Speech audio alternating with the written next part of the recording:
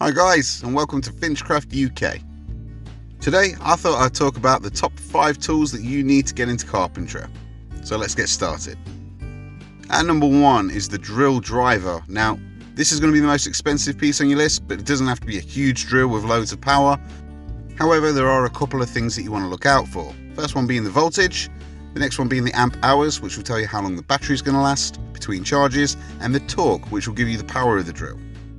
Now for the past few years I've been using drills like these, which are 10.8 volts, and they have more than enough power for the average DIYer.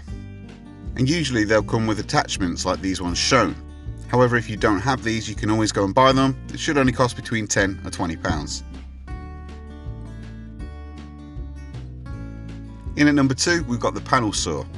The good news is that panel saws are relatively cheap, and it shouldn't cost you any more than £10 to get a decent one. They also have a range of useful features, such as the back being a straight edge and a 90 degree and a 45 degree angle, which will save you money from buying a set square. Or if you'd like to upgrade, you can always go and get yourself a circular saw. Now this is going to cost you about £100 for a good one, but will make life that much easier. At number 3, the classic claw hammer. Much like the panel saw, it's a typical carpenter's tool and shouldn't set you back more than £10 to £20 for a good one. And you should only have to buy one of these, as they last a lifetime. In at number 4 we've got the tape measure. Personally, I wouldn't advise spending a lot of money on a tape measure. Around £5 is a good price for a decent one, as over time these can break and it won't break the bank to replace it. And finally, at number 5 we have a coping saw.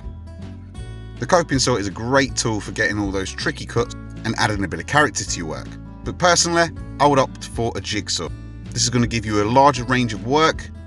However, you should look at spending around £50 or more for a good one.